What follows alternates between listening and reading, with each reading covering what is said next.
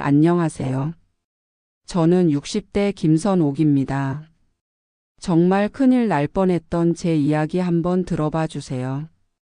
요즘 같은 세상에 내 돈 들여가며 손주를 키웠는데도 돌아오는 건 고마움이 아니라 죄책감이더라고요.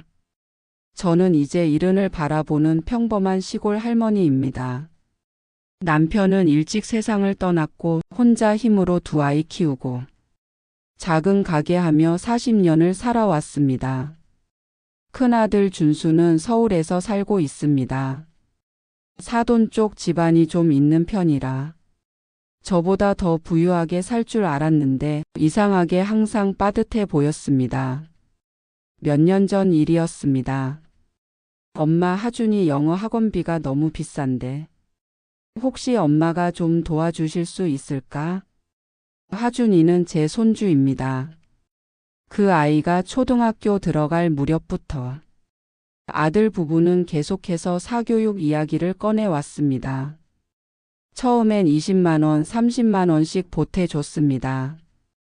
그랬더니 도움이 큰 힘이 됐다며 고맙다는 인사를 하더군요.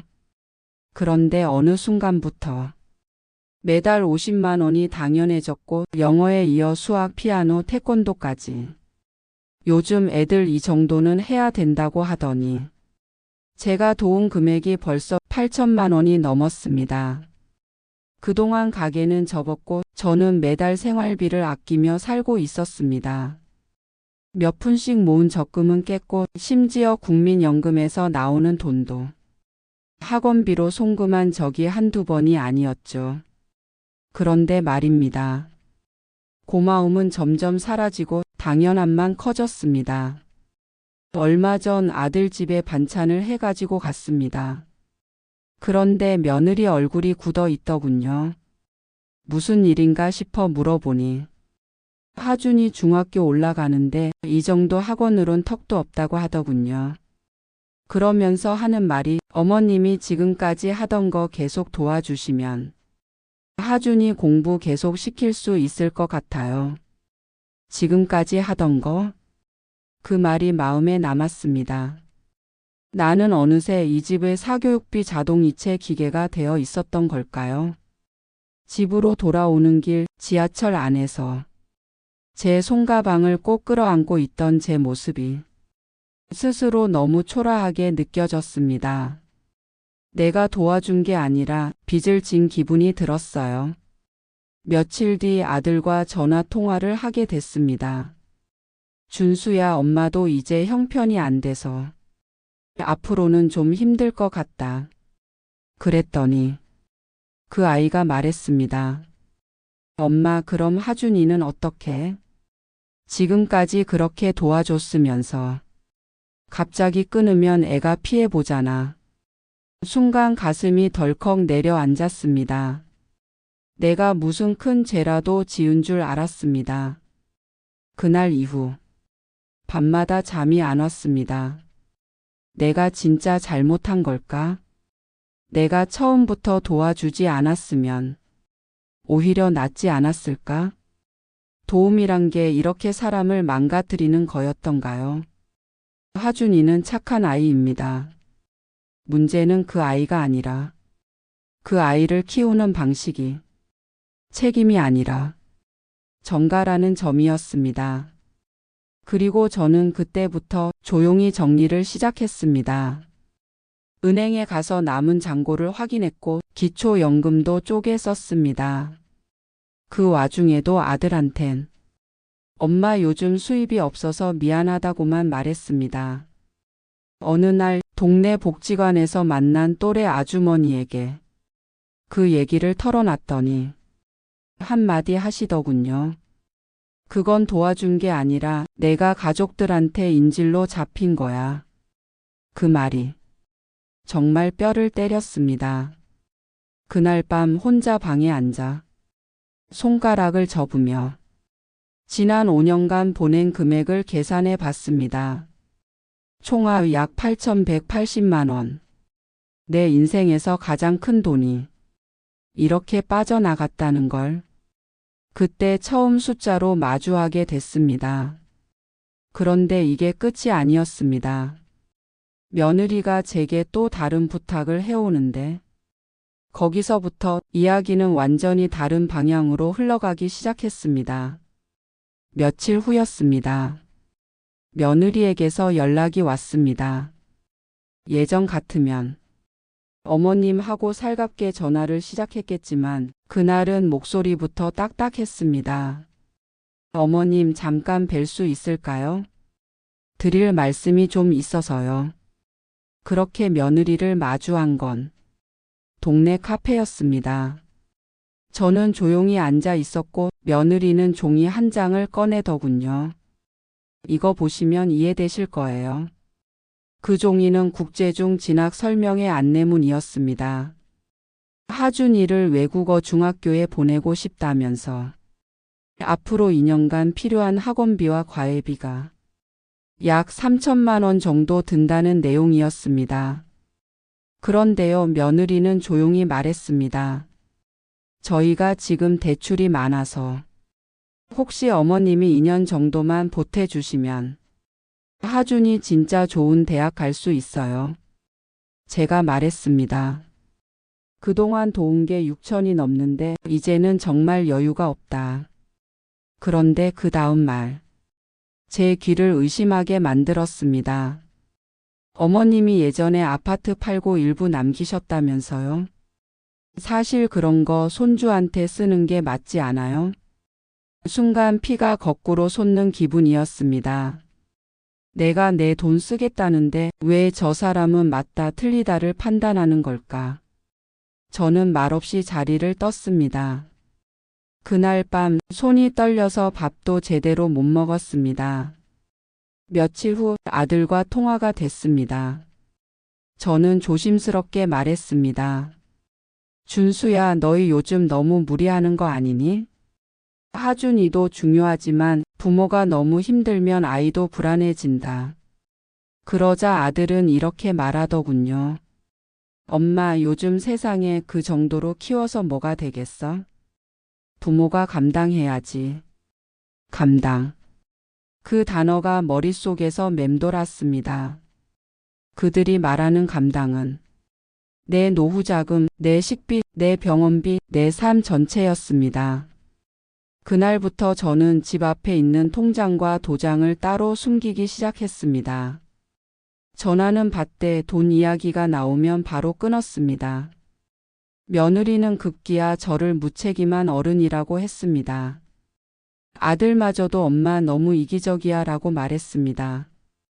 그렇게 고마움이라는 단어는 완전히 사라졌고 남은 건 죄책감과 원망뿐이었습니다. 그리고 어느 날 밤 늦은 시각에 아들이 집에 찾아왔습니다. 불쑥 들어온 얼굴엔 술 냄새가 배어 있었습니다. 엄마 진짜 실망이다. 하준이 그렇게 좋아하더니 결국 돈 때문에 이렇게 나오냐? 그 말에 저는 참았던 말을 꺼내고 말았습니다. 돈 때문이 아니야. 그 애가 어떻게 자라는지 너희가 안 보이니까 그래. 사랑은 주면서도 책임은 키우면서 배우는 거야. 하지만 아들은 문을 쾅 닫고 나가 버렸습니다. 그날 이후 연락이 뚝 끊겼습니다. 며느리는 가족 단체방에서 저를 나가게 했고 하준이 사진도 더는 올라오지 않았습니다. 그리고 일주일 뒤 동네 우체통에 익명의 편지 한 통이 들어 있었습니다. 글씨는 익숙했습니다. 그건 하준이 글씨체였습니다. 할머니, 나 공부 안 하고 싶어. 맨날 학원 다니는 거 싫어. 엄마 아빠는 할머니가 돈 안 준다고 하네. 할머니, 나 그냥 할머니 집 가고 싶어. 순간 눈물이 왈칵 쏟아졌습니다. 세상 누구보다 순수했던 그 아이가 어른들의 돈 다툼 사이에서 무너지고 있었던 겁니다. 그 편지를 가슴에 꼭 안은 채 저는 결심했습니다. 이젠 내 인생을 지켜야겠다고. 누군가의 ATM이 아니라 하준이에게도 나 자신에게도 제대로 된 어른이 되어야겠다고요. 그리고 그 결심은 생각보다 더 큰 파장을 불러오게 됩니다. 이제는 저도 모르게 한 통의 법적 서류를 받게 되었거든요. 며느리에게 연락을 끊은 지 한 달이 지났습니다. 아들 준수도 아무 연락이 없었고 하준이 소식도 들을 수 없었습니다. 전화는 꺼져 있었고 카톡은 이미 차단된 상태였죠. 그날도 혼자 김치를 담그다 말고 문득 현관문 쪽에서 우편 투척 소리가 들렸습니다. 조용히 나가 확인해 보니 우체통엔 두꺼운 등기봉투가 하나 들어 있었습니다. 봉투에는 내용 증명이라는 빨간 도장이 찍혀 있었죠. 가슴이 철렁했습니다. 혹시 하준이한테 무슨 일이 생긴 걸까? 그 생각에 손이 부들부들 떨렸습니다. 조심스럽게 봉투를 열었고 그 안에는 A4 용지 6장이 차곡차곡 들어 있었습니다. 처음 두 줄을 읽는 순간 숨이 막히는 듯 했습니다.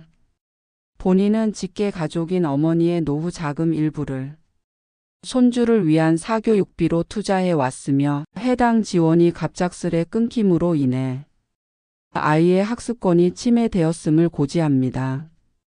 그 문장은 제 아들 준수의 이름으로 되어 있었습니다. 내가 낳은 아들이 나를 상대로 내용 증명을 보낸 겁니다. 정확히 말하자면 법적 고소는 아니었지만 향후 민사적 조치 가능성이라는 단어가 이렇게 무섭게 다가올 줄 몰랐습니다. 한마디로 요약하면 그동안 받아온 돈은 일종의 계약이고 앞으로도 줄 의무가 있으며 그걸 끊으면 법적 대응할 수 있다는 뜻이었습니다. 눈앞이 캄캄해졌습니다. 가슴이 철렁 내려앉았고 그 자리에서 그대로 주저앉아 한참을 울었습니다. 나는 지금까지 가족을 위해 살았는데 왜 내 인생 마지막에 이런 모욕을 당해야 하나. 머릿속엔 온갖 생각이 떠다녔고 심장은 너무 세게 뛰어서 숨이 막힐 지경이었습니다.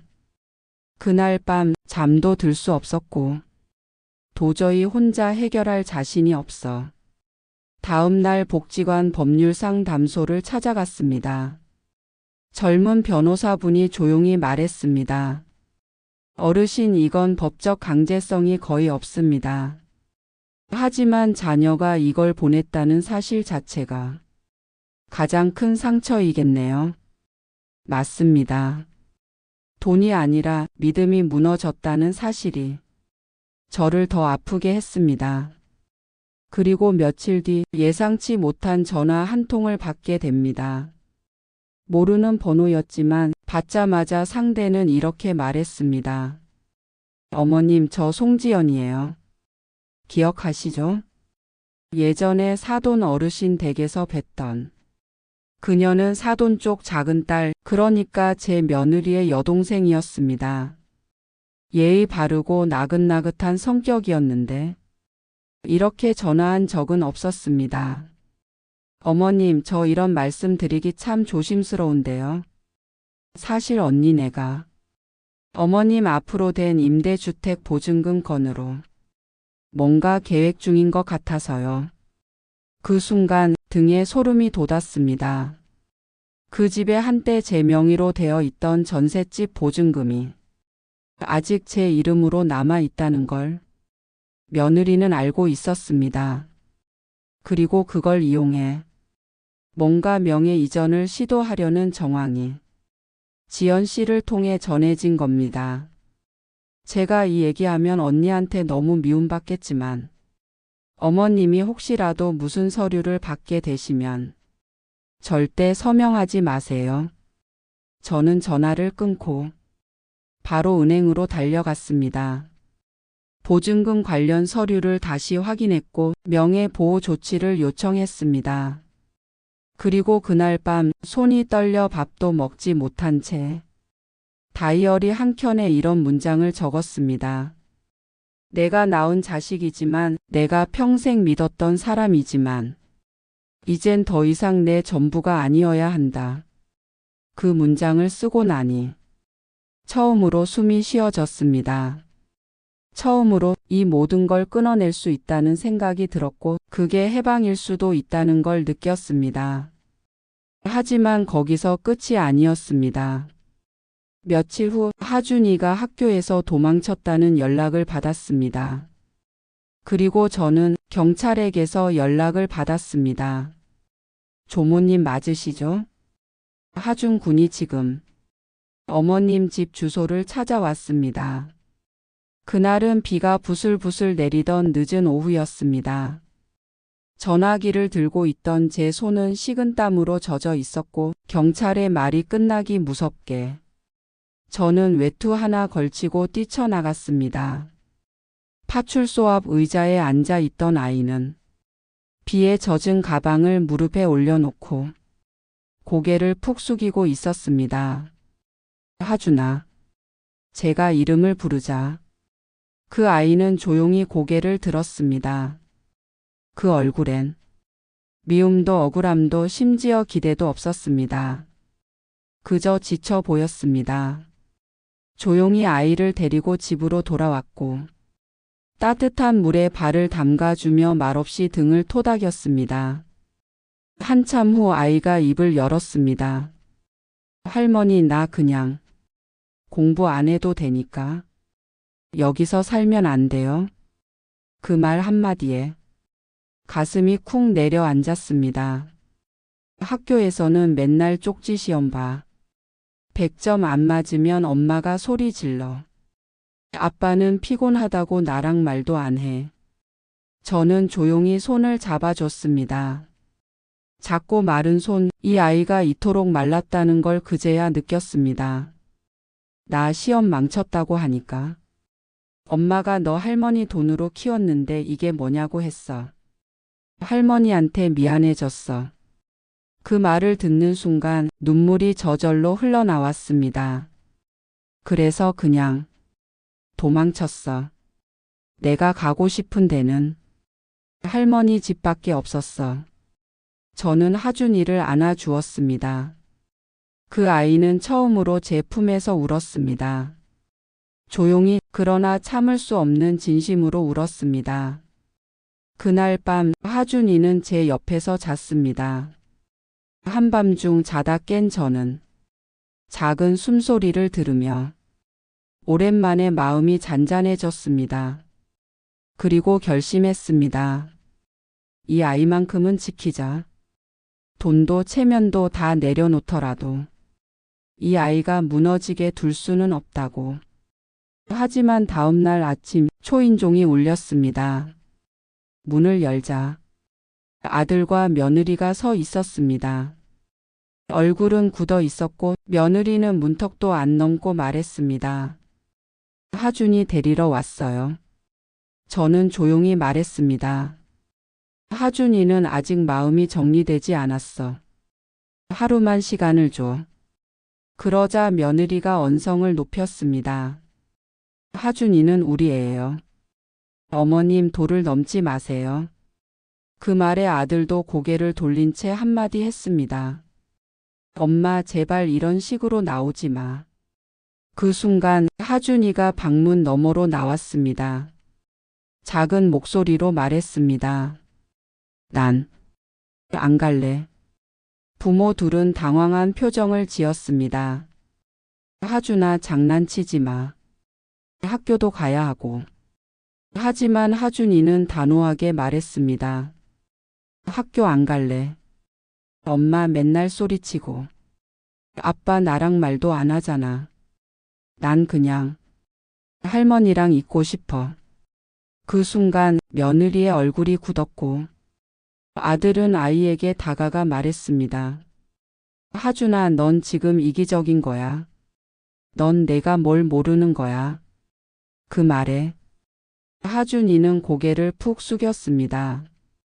저는 더는 두고 볼 수 없었습니다.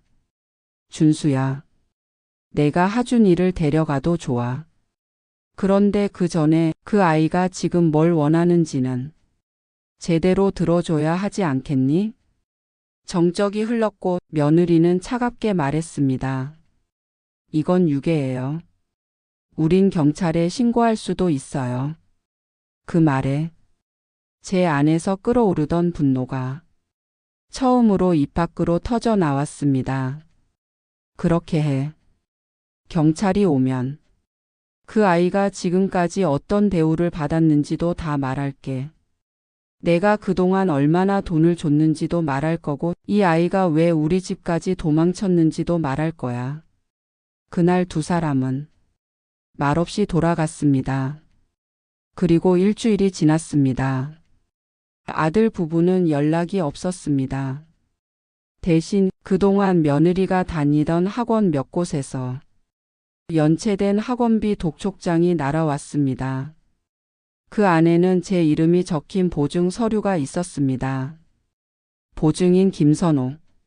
며느리는 제 이름으로 몰래 보증을 넣었던 것이었습니다. 연체된 학원비 독촉장을 처음 받았을 때 솔직히 눈앞이 캄캄했습니다. 보증인 김선호. 그건 분명 제 이름이었고 서류 서명란도 누가 봐도 서툴게 따라 쓴 제 필체처럼 흉내낸 글씨체였습니다. 처음엔 잘못된 서류겠거니 했지만 뒤이어 도착한 또 다른 학원과 과외업체의 청구서에도 똑같이 제 이름이 적혀 있었습니다. 그때 저는 알게 됐습니다. 며느리는 이미 오래전부터 제 인감증명서 사본과 주민등록 등본을 몰래 확보해 사용해 왔다는 걸요. 아들 준수가 도와줬는지 알면서도 모른 채 했는지는 아직도 모릅니다. 하지만 명백한 사실 하나. 나는 내 노후를 지키기 위해 이제 가족과 싸워야 하는 상황에 놓였다는 것. 무릎이 후들거리고 손이 떨렸지만 저는 다음 날 구청에 갔습니다. 명예보호조치 신청서를 작성하고 등기소에도 들러 제 명의 부동산에 이중 권리 확인 요청을 넣었습니다. 다음은 경찰서였습니다. 경찰관 앞에서 서류 뭉치를 꺼내놓고 말하는데 제 목소리는 점점 작아지고 눈물만 흘렀습니다. 자식이긴 한데요. 이건 아니잖아요. 경찰관은 조용히 말했습니다. 어르신 가족 간에도 이건 사문서 위조로 볼 수 있습니다. 진정서 작성하시겠어요? 저는 한참 고민했습니다. 하지만 결국 제 이름을 더럽힌 건 저 사람이니까 책임도 저 사람이 져야 한다고 결심했습니다. 진정서를 내고 집에 돌아온 날 밤 하준이는 제 손을 잡고 말했습니다. 할머니 나 때문에 그런 거 아니지? 저는 꾹 참았던 눈물을 삼켰습니다. 아니야 하준아. 넌 잘못한 거 하나도 없어. 그리고 며칠 뒤 경찰 조사 연락을 받은 아들과 며느리는 저에게 전화를 걸어오기 시작했습니다. 먼저 전화한 건 준수였습니다. 엄마 왜 경찰에 신고까지 했어? 가족끼리 이게 무슨 짓이야? 저는 말했습니다. 가족이니까 이제는 끊어야 할 것도 있어. 나 더는 너희에게 이용당하고 싶지 않아. 준수는 씁쓸하게 한숨을 쉬고 전화를 끊었습니다. 그 다음 날 사돈댁 쪽 작은딸 송지연 씨가 저를 찾아왔습니다. 어머님, 저 드릴 말씀이 있어서요. 사실 언니네 상황이 많이 안 좋아요. 형부 사업 망한 지 꽤 됐고 지금 집도 대출이 몇 억이에요. 언니가 어머님 돈에 의지했던 건 사실 오래 전부터 계획된 일이었어요. 그 말을 듣는 순간 숨이 멎는 줄 알았습니다. 모든 퍼즐이 맞춰졌습니다. 아들의 사업 실패, 며느리의 과도한 사교육, 보증금 요구, 그리고 보증 서류까지. 이 모든 건 엄마는 안 끊는다는 믿음 위에서 저를 계획적으로 소비해온 가족의 민낯이었습니다. 그날 밤 하준이는 조용히 말했습니다. 할머니 나 전학 가면 안 돼? 서울 말고 여기서 학교 다니면 안 돼? 저는 그 아이의 머리를 쓰다듬으며 말했습니다. 그래 하준아. 이제 여기서 다시 시작하자. 그리고 저는 구청에 가서 하준이의 임시 보호자 등록을 신청했습니다. 아들의 동의가 필요한 절차였지만 이미 경찰 조사를 받으며 정신적 충격을 받은 아들은 어떤 대응도 하지 않았습니다. 며칠 후 저는 집 앞에서 아들을 다시 마주쳤습니다. 예전 같으면 목소리를 높이고 화를 냈을 텐데 그날의 준수는 많이 달라져 있었습니다. 엄마, 내가 왜 그랬는지 모르겠어. 솔직히 너무 힘들었어. 그 말에 저는 차가운 말로 답했습니다. 힘들었지. 나도 하준이도 너보다 더 힘들었어. 그런데 우리는 누구도 너한테 그렇게 안 했단다. 그날 이후 준수는 아무 말 없이 돌아갔고 하준이는 저와 함께 매일 아침 등교했습니다. 작은 손을 꼭 잡고 골목길을 걸어가면서 그 아이는 말했습니다. 할머니 여기서 사니까 숨이 편해. 저는 그 말을 들으며 비로소 내가 해야 할 일을 하고 있다는 확신이 들었습니다. 그런데 이제야 마음이 놓일까 싶던 그 무렵 또 하나의 사건이 터졌습니다. 경찰서에서 걸려온 한 통의 전화. 며느리가 허위 진술로 다시 신고를 넣은 겁니다. 이번에는 저를 상대로요. 경찰서에서 걸려온 전화는 내 모든 체력을 무너뜨리기에 충분했습니다. 김선옥 어르신 맞으시죠? 자녀분 배우자분께서 어르신에게 정신적 폭언과 고압적인 통제를 당했다고 진술하셨습니다. 잠시 숨이 막혔습니다. 멍한 정신으로 되물었습니다. 제가요?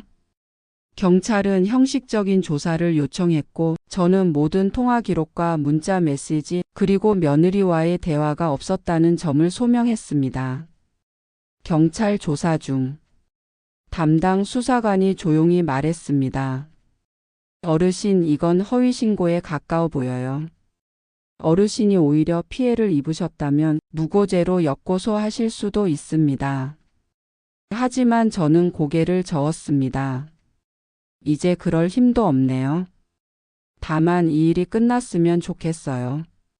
그 말을 하고 나서 조용히 파출소 문을 나섰습니다. 비가 부슬부슬 내리던 날이었죠. 그날 밤 하준이가 조용히 제 옆에 앉았습니다.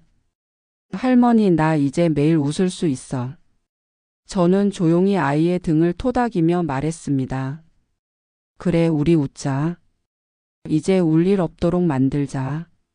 며칠 후 며느리에게도 경찰에 연락이 간 걸로 압니다.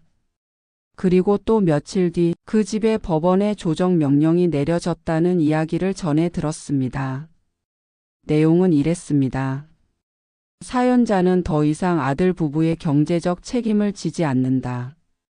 하준이는 사연자와 함께 사는 것을 우선 인정하고 향후 조율한다. 며느리와 아들은 정식 사과문을 작성해 보낸다. 저는 그 모든 조정서를 조용히 읽고 나서 편지 한 장을 꺼내 들었습니다. 손편지였습니다. 하준이가 밤새 몰래 써놓은 것 같았습니다. 할머니, 나 이제 할머니랑만 살고 싶어요. 엄마 아빠는 나를 키운 게 아니라 그냥 공부만 시켰어요. 나는 할머니가 해주는 밥이 제일 좋아요. 그리고 할머니가 웃으면 나도 좋아져요. 그 편지를 읽고 저는 조용히 웃었습니다. 처음으로 마음이 놓였습니다. 그날 이후 저는 내 명의로 돼 있던 모든 금융 계좌를 정리하고 가족명의 공증 거부 조항을 남겼습니다. 그건 다짐이었습니다. 다시는 내 이름이 누군가의 욕심으로 사용되지 않도록 하겠다. 며느리와 아들은 결국 하준이를 포기했습니다. 조정서 이후 단 한 번의 방문도 연락도 없었습니다. 그 아이에게 남긴 건 공허함이 아니라 자유였습니다. 하준이는 요즘 동네 작은 도서관에서 책 읽는 걸 좋아합니다. 학교 친구도 생겼고 밥 먹을 때마다 할머니 이건 진짜 맛있어라고 말합니다. 언젠가 하준이가 이렇게 말했습니다. 할머니, 난 나중에 커서 누가 나한테 밥 차려주면 고마운 줄 알 거야. 그 말에 전 처음으로 내 인생이, 이 선택이 결코 틀리지 않았다고 느꼈습니다. 가족이라는 이름으로 참고 견디며 나를 잃어가는 중장년들이 많습니다. 하지만 우리는 내려놓을 권리도 가지고 있습니다. 돈보다 중요한 건 내 삶입니다. 가족이란 이름으로 누군가에게 무한히 희생당해도 된다는 법은 없습니다. 저는 이제야 내 이름, 내 선택, 내 인생을 되찾았습니다.